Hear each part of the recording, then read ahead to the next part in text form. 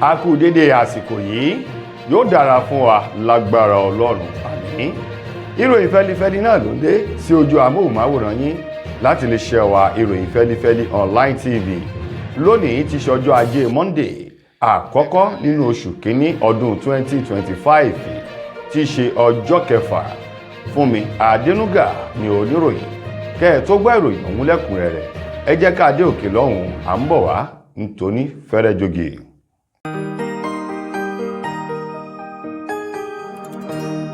Ìròyìn fẹ́lifẹ́li TV àjààbálẹ̀ làwọn ìròyìn ti wà máa wò lóòrèkóòrè.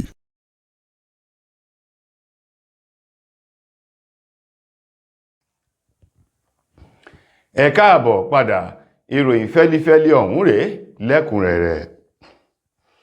Ẹgbẹ́ òṣèlú Labour Party ni wọ́n ti sọ wípé àwọn tó gbangbásùn lọ́yẹ̀ àwọn nìkan wọ́n tó ìjára wọn gbè ó láìsí ẹnikẹ́ni eléyìí tó lè pè wípé kó máa bọ̀ láti wá ṣe àtìlẹ́yìn fún wọn láti ja ìjà ọ̀hún.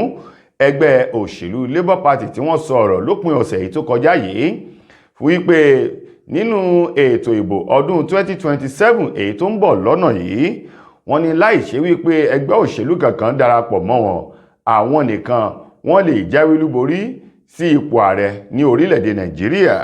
Gẹ́gẹ́ bí ọ̀rọ̀ ọ̀hún ti jáde látọwọ́ ẹni tó jẹ́ akọ̀wé àgbà alukoro ẹgbẹ́ òṣèlú Labour Party ọ̀hún eyín ọ̀gbẹ́ni Obiora èyí tó fi ọ̀rọ̀ náà léde sọ di mímọ̀ wípé pẹ̀lú bí nǹkan ti ń lọ yìí ẹgbẹ́ òṣèlú Labour Party kò nílò láti darapọ̀ mọ́ ẹgbẹ́ òṣèlú kankan bí ti hùn kó kéré mọ́ tó.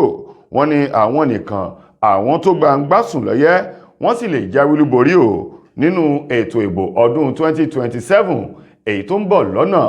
Gẹ́gẹ́ bó ti wà nínú ọ̀rọ̀ kan èyí tí wọ́n ní ẹgbẹ́ òṣèlú NNPP tó ń ti àwọn ẹgbẹ́ òṣèlú kan ni wọ́n ti ń sọ àsọyépọ̀ lójúnà láti lè darapọ̀ kí wọ́n di ọ̀kan ṣoṣo kí wọ́n lè jáwé olúborí yọ ẹgbẹ́ òṣèlú APC kúrò lórí ipò tí ó bá fi dọdún 2027. Ṣùgbọ́n nínú ọ̀rọ̀ eléyìí tí akọ̀wé àgbà alukoro ẹgbẹ́ òṣèlú náà eyín ọ̀gbẹ́ni Obiora Ifọ̀n tó fi léde lásìkò tí àwọn oníròyìn fi ọ̀rọ̀ wá lẹ́nu wò lórí ètò kan èyí tó ṣe lópin ọ̀sẹ̀ èyí tó kọjá yìí òun ló ti sọ ọ̀rọ̀ náà. Ó ní wọ́n bá wò dáadáa ẹgbẹ́ òṣèlú Labour Party wọ́n ṣe dáadáa o nínú ètò ìbò gbogbogbò èyí tó wáyé lọ́dún 2023 bó tilẹ̀ jẹ́ wípé wọ́n lo ọwọ́ agbára láti yí wọn ní àgbo dànù eléyìí tí wọ́n fi kéde ààrẹ Bọ́lá Tinubu wípé òun ló jáwé olúborí sí ipò ààrẹ látinú ẹgbẹ́ òṣèlú APC. Ṣùgbọ́n gẹ́gẹ́ bí ọ̀rọ̀ ti wá jáde báyìí wọ́n ní gbogbo ìgbìyànjú àti ìgbáradì ló ń lọ àti wípé gbogbo àwọn àlàfo èyí tí àwọn ọ̀tá gbà wọlé sí wọn lára làwọn yóò dí gbogbo rẹ̀ síwájú ètò ìbò ọdún 2027 èyí tó ń bọ̀ lọ́nà yìí. Àti wípé àwọn nìkan wọ́n tó gbangbásùn lọ́yẹ́ wọ́n pèrègede wọ́n fi gbọ̀n jọkà eléyìí tó sì dá àwọn lójú wípé pẹ̀lú bí ẹgbẹ́ òṣèlú ọ̀hún ti wà láìsí ìrànlọ́wọ́ àbí kí wọ́n darapọ̀ mọ́ ẹgbẹ́ òṣèlú kankan tàbí kí ẹgbẹ́ òṣèlú kan ó darapọ̀ mọ́ wọn. Ó ní ẹgbẹ́ òṣèlú Labour Party wọ́n lè jà kí wọ́n jáwé olúborí sí ipò ààrẹ lọ́dún 2027. Bákan náà ọ̀rọ̀ ti jáde báyìí àṣẹ sì ti tẹ̀lé ọ̀kan nínú àwọn ọmọ ilé ìgbìmọ̀ aṣòfin àgbà orílẹ̀-èdè wa Nàìjíríà èyí tó jáde láti ìwọ̀ oòrùn ìpínlẹ̀ Ògùn eyín Ògùn West eyín Solomon Ọlámilékan tí gbogbo èèyàn mọ̀ sí Yáyì. Òun ló ti sọ wípé ìbẹ̀rẹ̀ kọ́ lóníṣẹ́ bí kò ṣe ẹni tó bá ṣe dé òpin òun la ó gbàlà. Ó ní gbogbo iṣẹ́ tó wà nílẹ̀ báyìí kí àwọn ti ẹ̀ṣì bá débì kan èyí tí àwọn ọmọ orílẹ̀-èdè Nàìjíríà tí wọn yóò lè kí wọn kú oríire àti kí wọn lórí àṣeyọrí èyí tí wọ́n ń ṣe. Pa awuyewuye ọ̀rọ̀ èyí tó ń lọ ní ìgboro ayé wípé bóyá òun Yáyì òun yóò díje dupò gómìnà nínú ètò ìbò tàwọn gómìnà tí ó wáyé lọ́dún 2027. Ó ní ọ̀nà sì jì dáadáa àsìkò sì wà ńlẹ̀ láti ṣe ọ̀pọ̀lọpọ̀ ohun gbogbo àti láti yí ìpinnu padà kúrò lórí èròǹgbà tí àwọn ènìyàn tí wọ́n rò lórí ọ̀rọ̀ náà.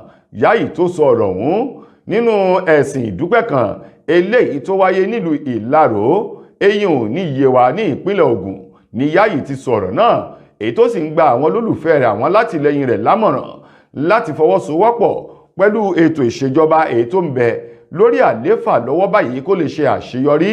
Ó ní àti wípé àṣẹ̀ṣẹ̀jáde alákànní tí ẹnikẹ́ni kò lè sọ bí pàtó kan tó ń lọ ní ọ̀rọ̀ tí ń bẹ nílẹ̀ yìí. Ó ní ọdún 2025 láṣẹ kó wọ̀. Ó ní a sì ní bí ọdún méjì síwájú sí láti gbáradì fún ètò ìbò yálà ipò ààrẹ, gómìnà tàbí àwọn yòókù. Ó lámọ̀ lásìkò yìí ó ní òun ò tí ì lè sọ pàtó èròǹgbà òun lórí bóyá òun yóò díje dupò gómìnà àbó òun ò ní díje dupò gómìnà. Ó ní àyè ṣì wà lọ́jọ́ iwájú kí Ọlọ́run kó fún àwọn lórí ọ̀fẹ́ láti ṣe àṣeyọrí nílé ìgbìmọ̀ aṣòfin àgbà. Ó ní bí àsìkò bá ti wá ń tò, ìmísí Ọlọ́run yóò fọwọ́ kan òun yóò lè sọ pàtó èròǹgbà òun ní ìpínlẹ̀ Ògùn fún gbogbo ọmọ ìpínlẹ̀ Ògùn lápapọ̀, gẹ́gẹ́ bí Ọlámilékan Solomon tí gbogbo èèyàn mọ̀ sí Yáyì bó ti sọ̀rọ̀ náà lásìkò tó ń dúpẹ́ oore Ọlọ́run àti ọdún tuntun eléyìí tí a wọ̀ nínú ìrọ̀rùn òun àlàáfíà nínú ilé ìjọsìn ńlá kan tó jẹ́ ti ìrìbọmi rìdíìmù tó wà nílùú Ìlaró ní Yewa ní ìpínlẹ̀ Ògùn. Àwọn ẹgbẹ́ tí wọ́n jẹ́ alágbàtà àti aláràtúntà eléyìí tí ṣe ti epo bẹtiróòlù lórílẹ̀‐èdè Nàìjíríà tí wọ́n pe ẹgbẹ́ ọ̀hún ní Petron, àwọn mà ní wọ́n ti fi àmì ìdánilójú léde fún gbogbo ọmọ orílẹ̀‐èdè Nàìjíríà wípé nínú ọ̀sẹ̀ èyí tí a wà nínú rẹ̀ yìí àwọn yóò bẹ̀rẹ̀ sí ní máa gbé epo jáde láti ọ̀dọ̀ ara wọn tìkálára wọn láti iléeṣẹ́ ìfọ epo èyí tó wà nílùú Port Harcourt olúlu ìpínlẹ̀ Rivers. Gẹ́gẹ́ bí ọ̀rọ̀ náà ti jáde lópin ọ̀sẹ̀ èyí tó kọjá yìí nígbà tí ọ̀kan nínú àwọn tó jẹ́ ọmọ ẹgbẹ́ ọ̀hún èyí tó jẹ́ akọ̀wé àgbà alukoro ẹgbẹ́ náà tó ń farahàn níléeṣẹ́ amóhùnmáwòrán kan níbi tí wọ́n ti ń fi ọ̀rọ̀ wá lẹ́nu ló ti tẹnu bọ̀rọ̀ ọ̀hún wípé láti ìgbà tí iléeṣẹ́ ìfọ epo tìlú Port Harcourt tó ti bẹ̀rẹ̀ ṣẹ́, ó ní àwọn alágbàtà epo bẹtiróòlù wọn ní oore ọ̀fẹ́ tó ń ti àǹfààní láti gbépo jáde. Ó ní iléeṣẹ́ epo NNPCL nìkan ní ń gbé epo jáde láti iléeṣẹ́ ìfọ epo ọ̀hún, èyí tó sì jẹ́ pé àwọn alágbàtà aládàáni tó ń ti àwọn aláràtúntà wọ́n fi owó gọbọi rà kúrò lọ́wọ́ NNPC síwájú kó tó di wípé wọ́n tà á fún gbogbo àwọn tí wọ́n lò fún yálà ọkọ̀ tàbí àwọn ohun èlò ilé míì èyí tó ń lo epo bẹtiróòlù. Ẹni tó jẹ́ akọ̀wé àgbà ẹgbẹ́ Petron èyí tó fi ọ̀rọ̀ náà léde ó sọ di mímọ̀, ọ̀gbẹ́ni Joseph Obele sọ di mímọ̀ wípé ṣùgbọ́n ó ní ọ̀pọ̀lọpọ̀ ọ̀rọ̀ àsọyépọ̀ ló ti wà láàrin àwọn alágbàtà aládàáni ọ̀hún tó ń ti àjọ NNPCL tó ń ti àsọyépọ̀ ọ̀rọ̀ eléyìí tí ò ní sí fàákàjà láàrin àwọn igun ẹgbẹ́ ọ̀hún àti ti ìjọba. Ó ní báyìí òun fi dá àwọn ọmọ orílẹ̀-èdè Nàìjíríà lójú wípé nínú ọ̀sẹ̀ èyí tí a wà yìí àwọn yóò ní àǹfààní láti máa gbépo jáde láti iléeṣẹ́ ìfọ epo ọ̀hún tí ò ní sí ẹnikẹ́ni tí ó jẹ́ bí alárinà láàrin wọn mọ́ sí iléeṣẹ́ ìfọ epo náà. Ó wá ní nípa ìdí èyí ó tún ṣeé ṣe kí iye tí wọ́n máa ta jálá epo bẹtiróòlù kó tún fi owó díẹ̀ wálẹ̀ sí ju iye eléyìí tí wọ́n tà á ní àsìkò lọ́wọ́ báyìí, gẹ́gẹ́ bí ọ̀gbẹ́ni Joseph bó ti fi ọ̀rọ̀ náà léde lórí ètò ọ̀hún lásìkò tí wọ́n ń fi ọ̀rọ̀ wá lẹ́nu wò lórí ipò eléyìí tí ọ̀rọ̀ epo bẹtiróòlù orílẹ̀-èdè Nàìjíríà tó wà báyìí. Gbajúgbajà ṣòwòṣòwò onínúure tó tún jẹ́ ọlọ́rẹ̀ ènìyàn obìnrin ni èyí tó fi ìlú Abẹ́òkúta lùlù ìpínlẹ̀ Ògùn tó fi ṣe ibùgbé tí gbogbo èèyàn ń pè ní Cash Madam, òun ló ti dágbére fún ayé ìpódìgbò ṣe ní ọjọ́ àìkú ọjọ́ 5 oṣù kínní ọdún 2025 èyí tí a wà nínú rẹ̀ yìí lẹ́yìn àìsàn ráńpẹ́ kan èyí tó ṣe ìyá ọ̀hún tó sì gbabẹ̀ dágbére fún ayé. Gẹ́gẹ́ bí ọ̀rọ̀ náà ti jáde láti ẹnu ọ̀kan nínú àwọn ọmọ olóògbé ọ̀hún ọ̀mọ̀wé Adébáyọ̀ Adébọ̀wálé èyí tó fi ọ̀rọ̀ náà léde lórúkọ gbogbo ẹbí náà kéde ikú màmá ọ̀hún wípé gbogbo nǹkan ló ní ìbẹ̀rẹ̀ àti òpin. Ó ní kò sí bí ìrìnàjò ọ̀hún ṣe gùngùn tó lọ́jọ́ kan báyìí náà ni yóò parí ó ní pẹ̀lú ọgbẹ́ ọkàn àti ìdùnnú ọkàn lápá kejì làwọn fi kéde gbajúgbajà ìyá tó tún jẹ́ onínúure tó ń ṣe àtìlẹ́yìn fún ọ̀pọ̀lọpọ̀ àwọn aláìní tó sì ti sọ ọ̀pọ̀lọpọ̀ aláìní di olóríire ní orílẹ̀-èdè Nàìjíríà pàápàá jù ní ìpínlẹ̀ Ògùn tó fi mọ́ ìlú Abẹ́òkúta olúlu ìpínlẹ̀ náà eyín arábìnrin tó jẹ́ ọmọ ọba Khadijat Àbíkẹ́ Adébísì tí gbogbo èèyàn mọ̀ sí Cash Madam wípé ìyá náà dágbére fún ayé wípé ó dìbò ṣe lẹ́ni ọdún mọ́kàndínláàádọ́rùn-ún 89 years nílé rẹ̀ ètò wà nílùú Abẹ́òkúta lẹ́yìn àìsàn ráńpẹ́ kan èyí tó ṣe ìyá náà. Ó ní báyìí Cash Madam ó ti dágbére fún ayé, òun sì kéde ikú rẹ̀ lórúkọ gbogbo ẹbí tó gbà á ládùúrà wípé iwájú tí ìyá náà tó dojúkọ yóò da ẹ̀yìn tó fi sílẹ̀ kò ní bàjẹ́.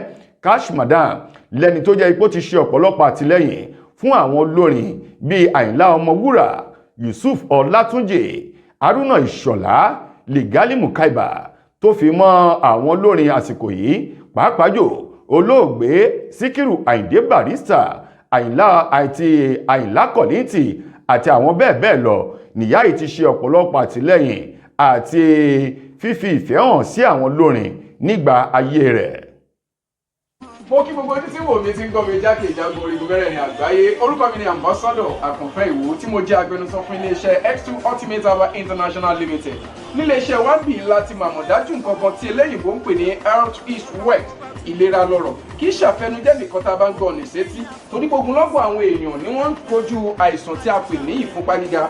Ìdí nìyí tí iléeṣẹ́ X2 Ultimate Herbal fi ṣètò oògùn ìfúnpá gíga fún ní powder àti ní olómi. Kò tán síbẹ̀, oògùn ìtọ̀ ṣúgà ó wà ní iléeṣẹ́ X2 Ultimate Herbal International Limited ní powder àti ní olómi. Òun náà lẹ̀ ń wò yìí. Oògùn ọ̀pẹ́ ẹ̀yìn wà tí a ti ṣe lọ́jọ̀ fún ẹni tó bá ń kojú ọ̀pẹ́ ẹ̀yìn torí gẹ́gẹ́ bí ìṣòro.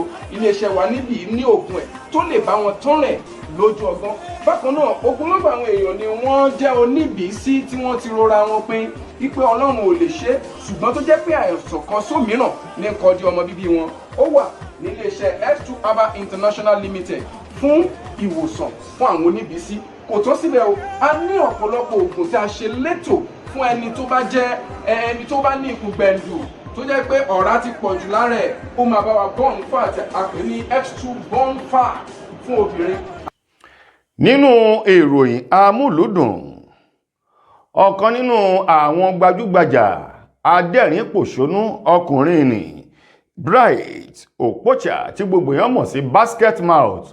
Òun mà ló ti sọ ìpinnu rẹ̀ fún ọdún 2025 tí ṣe ọdún tuntun yìí wípé nínú ọdún yìí òun yóò tún pa ìlànà dà látàrí àwọn ọ̀rọ̀ àti òwe àwọn àgbà wípé béèyàn bá ń tọ ọ̀nà kan náà lójoojúmọ́ ó ṣeé ṣe kó jẹ́ èsì kan náà lónítọ̀hún yóò máa rí ó ní ṣùgbọ́n bí ènìyàn bá pa ìlànà dà onítọ̀hún yóò rí èsì míì.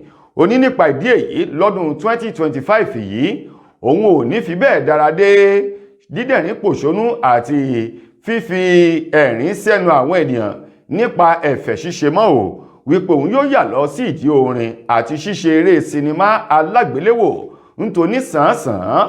Basket Mouth tó sọ̀rọ̀ náà lásìkò tí wọ́n fi ọ̀rọ̀ wá lẹ́nu ò lórí ètò kan ló ti sọ wípé níbẹ̀rẹ̀ pẹ̀pẹ̀ ìrìn àjò ayé ọjọ́ òun nígbà tí òun wá ọ̀nà pẹ̀lú ẹ̀bùn tí Ọlọ́run fún òun, ó ní orin kíkọ ni ohun tí òun fojú sùn lọ́dún náà lọ́hùn-ún.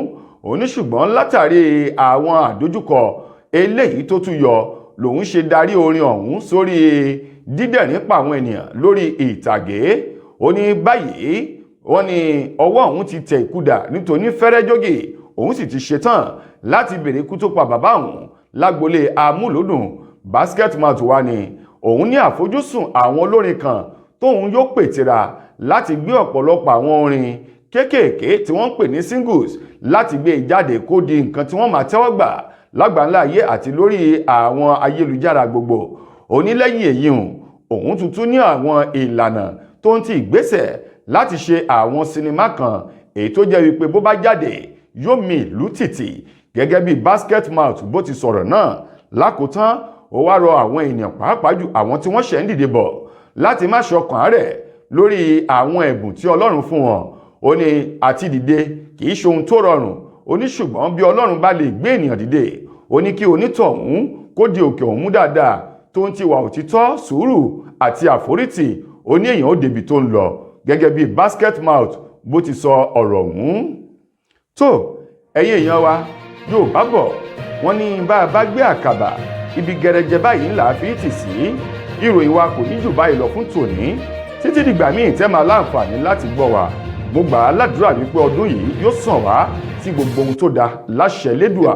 Fúnmi Adénúgà lẹni tó múròyàn wá sí ojú amóhùnmáwòrán yín. Ẹ ṣeun gan-an ni o.